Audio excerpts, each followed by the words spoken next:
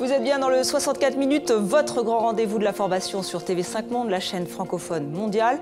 Avant de revoir l'essentiel, les temps forts de l'émission, un point sur les derniers développements de l'actualité.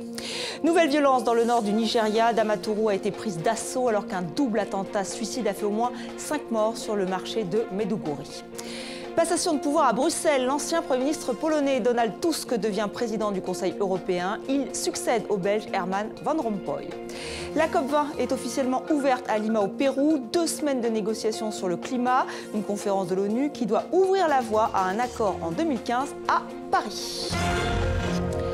Restez avec nous sur TV5 Monde, vous allez tout de suite voir ou revoir le meilleur de cette édition en 2 minutes seulement. L'essentiel du 64 minutes a été préparé par Demet Korkmaz et Jean-David Chassel. Écoutez, ils nous bombardent avec des armes lourdes. Ces ordures ne nous laissent pas tranquilles.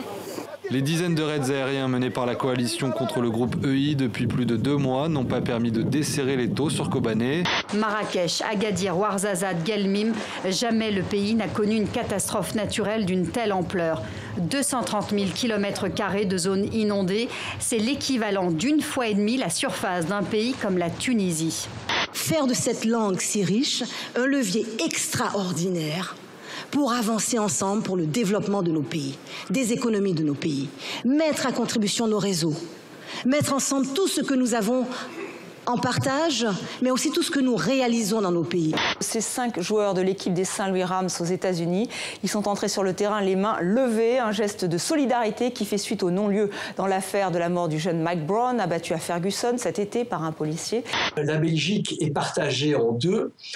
Ceux qui aiment les frites avec la mayonnaise et ceux qui aiment les frites avec la moutarde. Mais ce sont des différences alimentaires essentielles, encore plus graves que les divisions entre le Nord et le Sud. Pendant le mandat de Nicolas Sarkozy, on était vraiment dans le cadre d'une relation que les diplomates qualifient eux-mêmes de lune de miel. Donc c'est très fort, on est sur quelque chose qui était très fusionnel, et à tel point que le Qatar était devenu le pivot de la diplomatie française au Proche et au Moyen-Orient.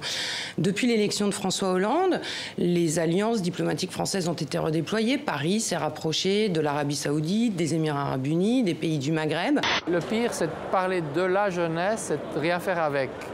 Et nous avons essayé toute l'année de l'intégrer dans les projets, de la responsabiliser, parce que fondamentalement, c'est ça qui est important. C'est-à-dire qu'elle, non seulement qu'on l'écoute un petit peu, mais qu'on la responsabilise, puis qu'elle vienne avec ses propres forces et ses propres idées. 536 milliards d'euros.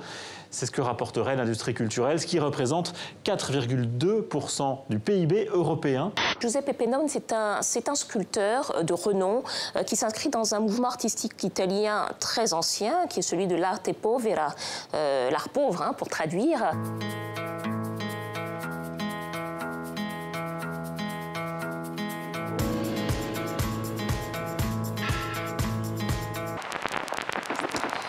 Avant de refermer ce journal, n'oublions pas Serge Lazarevic. C'est le dernier otage français. Il est toujours retenu prisonnier quelque part dans le Sahel par le groupe islamique AQMI. Cela fait 1103 jours. Nous pensons à lui et à sa famille. Voilà, c'est la fin de ce 64 minutes. J'aurai le plaisir de vous retrouver demain pour un nouveau rendez-vous d'information sur la chaîne francophone mondiale. D'ici là, restez avec nous sur TV5 Monde.